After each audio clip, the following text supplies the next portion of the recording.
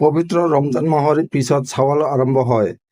হিজৰী পঞ্জিকা অনুসৰি চাৱাল মাহৰ প্ৰথম দিনটোত ইছলাম ধৰ্মৰ লোকসকলে ঈদ উল ফিতৰ পালন কৰে।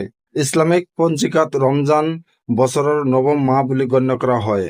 আচলতে প্ৰতি মাহে জুন ওলোৱাৰ লগে লগে নতুন মাহ আৰম্ভ হয় আৰু অস্ত যোৱাৰ লগে লগে শেষ হয়। চাৱালৰ চন্দ্ৰ দৰ্শনৰ পিছত ঈদ পালন কৰা হয়। মুছলমান সমাজত বছৰত দুবাৰকৈ ঈদ পালন কৰা হয়, য'ত ঈদ উল ফিতৰ আৰু ঈদ উল আজহাৰ নাম অন্তৰ্ভুক্ত আছে। ঈদ উল ফিতৰ সুখৰ ভাগ বতৰা কৰাৰ দিন। এই দিনটোত ধনী দুখীয়া সকলোৱে একেলগে নামাজ আদায় কৰে আৰু ইজনে সিজনক সাৱটি ধৰি সম্ভাষণ জনায়। কোৱা হয়, এই উৎসৱত ধনী আৰু দুখীয়াৰ মাজত কোনো ব্যৱধান নাথাকে। প্ৰতিজন মুছলমানে ঈদৰ আনন্দত একেলগে অংশগ্ৰহণ কৰে।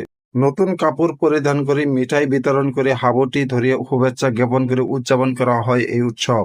আপুনিও এই উপলক্ষে আপোনজনক বিশেষ বাৰ্তা বা শুভেচ্ছা প্ৰেৰণ কৰি উৎসৱটো পালন কৰক। ঈদ পালনৰ মূল কাৰণ হ'ল ৰমজানত পালন কৰা ৰোজা।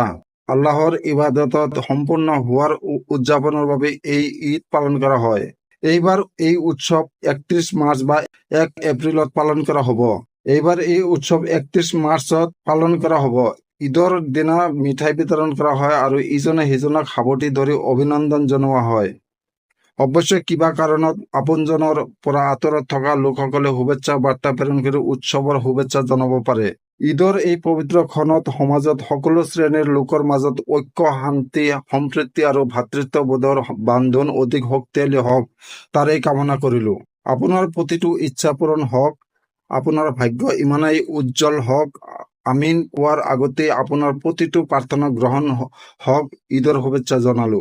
জীৱন আনন্দৰে উপচি পৰক, আপোনাৰ সকলো সমস্যা সমাধান হওক, আপোনাৰ লগতে আপোনাৰ পৰিয়াললৈ ঈদৰ শুভেচ্ছা। আল্লাহ তাআলাই আপোনাৰ জীৱনৰ প্ৰতিটো কামনা, প্ৰতিটো ইচ্ছা, প্ৰতিটো সুখ পূৰণ কৰক। শুভ ঈদ। আল্লাহে আপোনাক বহুত সুখ আৰু সমৃদ্ধি প্ৰদান কৰক।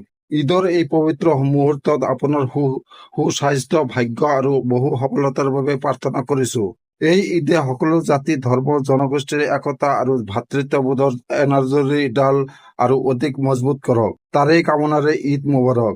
ঈদৰ বিশেষ দিনটোৱে আপোনাৰ লগতে পৰিয়ালৰ লোকৰ মন আনন্দ আৰু শান্তিৰে ভৰাই তোলক। ঈদৰ শুভেচ্ছা জনালো।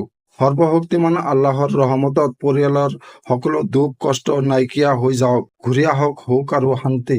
এই পবিত্ৰ ঈদে সমাজলৈ কঢ়িয়াই আনক শান্তি আৰু সমৃদ্ধিৰ বতৰা। সকলোলৈ ঈদ উল ফিতৰৰ আন্তৰিক শুভেচ্ছা জনালো। ঈদে সকলোৰে জীৱনত কঢ়িয়াই আনক শান্তি, সম্প্ৰীতি, একতা আৰু ভাতৃত্ববোধ, তাৰে কামনা কৰিলো।